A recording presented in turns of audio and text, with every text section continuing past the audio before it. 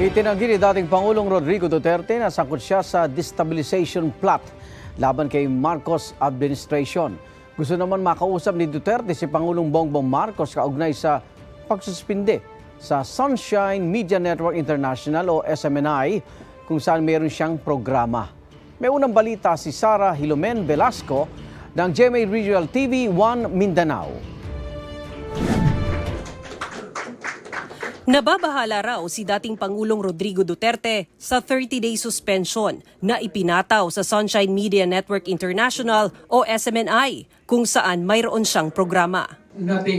Ayon kay Duterte, hindi nasunod ang tamang proseso. Nais daw ni Duterte na makausap si Pangulong Bongbong Marcos. Kasi nadali yung aking gikan sa masa.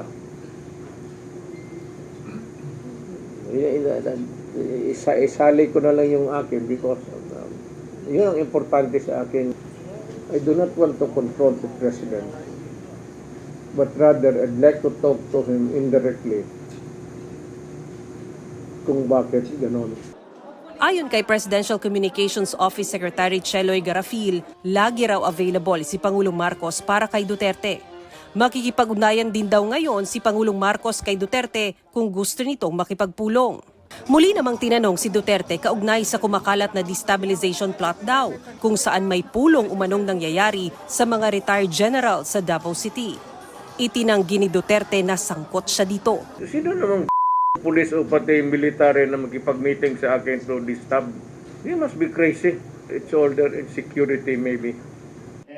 Wala raw siyang dahilan para pangunahan ang pagpapabagsak sa administrasyong Marcos. It's all in the mind. Why would I bother to tinker with these things at this... bakit ko hindi ginawa yan when I was at the height of my... naging presidente na ako? Well, for what purpose?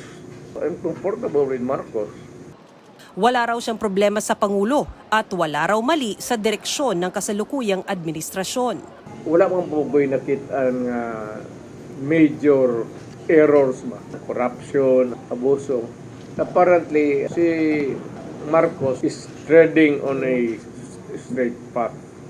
Sa usapin naman kung muli siyang sasabak sa politika, iginiit ni Duterte na retired na siya rito. Ito ang unang balita. Sara Hilomen Velasco ng GMA Regional TV 1 Mindanao para sa GMA Integrated News. Igan, mauna ka sa mga balita. Mag-subscribe sa GMA Integrated News sa YouTube. Sa mga kapuso abroad, subaybayan nyo kami sa GMA Pinoy TV at sa www.gmanews.tv.